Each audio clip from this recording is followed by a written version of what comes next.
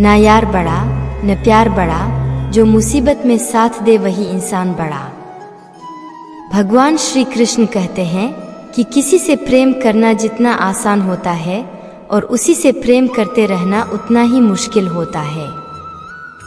और यही वो मोड़ है जहां हमें पता चलता है कि कौन हमें सच्चा प्यार करता है। याद आना और याद करना दोनों अलग अलग बातें हैं। याद हम उन्हें करते हैं जो हमारे अपने होते हैं और याद हम उन्हें आते हैं जो हमें अपना समझते हैं। जिनसे कोई उम्मीद नहीं होती अक्सर वही लोग बुरे वक्त में साथ निभाते हैं। शक का कोई इलाज नहीं, चरित्र का कोई प्रमाण नहीं, मौन से बेहतर कोई साधन नहीं और शब्द से तीखा कोई बाण नहीं। आज के इंसान को ना कायदे पसंद है और ना ही वायदे पसंद है, उसे तो सिर्फ फायदे पसंद है। फिर से प्रयास करने से मत घबराना, क्योंकि इस बार शुरुआत शून्य से नहीं होगा, आपके अनुभव से होगी। खूबसूरती का एहसास आईना नहीं बल्कि किसी की आंखें कराती है। खुद को इतना सरल मत बनाओ कि हर कोई आपका इस्तेमाल करके चला जाए। भरोसा तो अपनी सांसों का भी नहीं है, फिर भी हम आज के इंसानों पर आंख बंद करके भरोसा कर लेते हैं। याद रखो, जिन तारों में करंट नहीं होता उन पर लोग कपड़े सूखा दिया करते हैं। किसी से बदला लेने में कुछ मज़ा नहीं है, बल्कि खुद बदल जाने में ही असली मज़ा है। अगर रिश्ता पक्का रखना हो तो नाराज़गी दूर रखनी चाहिए। वो आदमी वास्तव में बुद्धिमान होता है जो क्रोध में भी कभी गलत बात मुंह से नहीं निकलता है। लोग आपके बारे में क्या सोचते हैं ये ज़रूरी नहीं है, बल्कि आप खुद के बारे में क्या सोचते हैं ये बहुत ज़रूरी होता है। किसी के साथ अच्छे समय में बैठना बहुत सरल होता है, लेकिन मुश्किल समय में साथ खड़े रहना उतना ही बड़ा मुश्किल होता है। जिंदगी में कुछ फैसले हमें खुद लेने पड़ते हैं और कुछ हमारी तकदीर को लेने पड़ते हैं। अंतर तो बस इतना है कि तकदीर के फैसले हमें पसंद नहीं आते और हमारे फैसले तकदीर को पसंद नहीं आते हैं। कोई भी व्यक्ति हमारा शत्रु और मित्र बनकर संसार में नहीं आता है। हमारा व्यवहार और हमारे शब्द ही लोगों को हमारा शत्रु और मित्र बनाते हैं। दुख जीवन में इसलिए आते हैं ताकि हम सुख का महत्व समझ सके। हर दर्द सबक देता है और हर सबक इंसान को बदल देता है। आप चाहकर भी अपने प्रति लोगों की धारणा को कभी नहीं बदल सकते, इसीलिए सुकून से अपनी जिंदगी जियो और खुश रहो। भूल होना प्रकृति है, मान लेना संस्कृति है और उसे सुधार लेना ही प्रगति है। किसी का भला न हो सके तो बुरा भी मत करो, क्योंकि दुनिया कमज़ोर है लेकिन दुनिया बनाने वाला नहीं।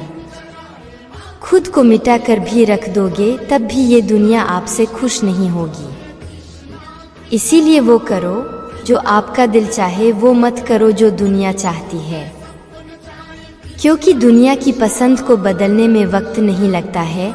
अगर समय पर बुरी आदतें ना बदली जाए तो बुरी आदतें आपका समय ही बदल देती है।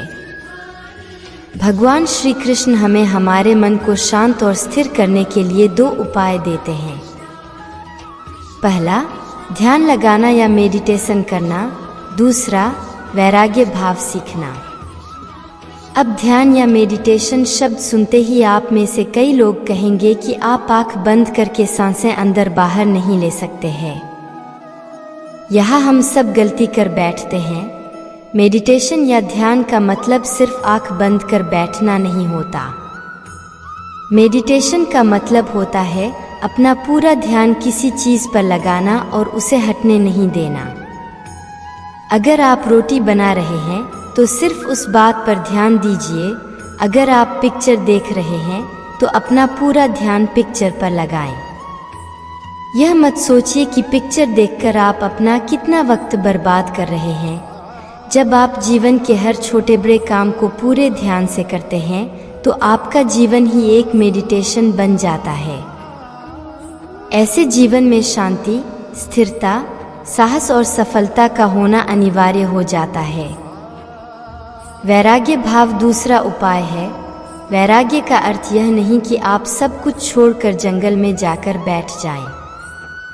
वैराग्य का सच्चा अर्थ है कि आप जो काम कर रहे हैं उसका क्या नतीजा या रिजल्ट निकलेगा उसकी चिंता ना करें।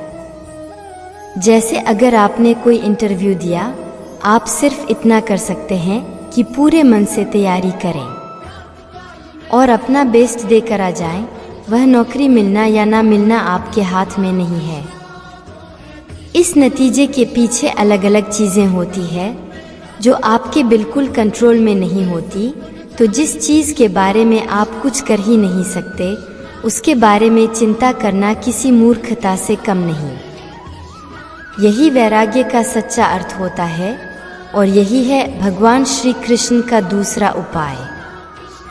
मन को चिंता की लपटों से बचाने का। अशांत व्यक्ति के मन में प्रश्न वैसे ही रहते हैं जैसे वृक्षों पर पत्ते लगे रहते हैं, पुराने पत्ते हटते और नए पत्ते आ जाते हैं।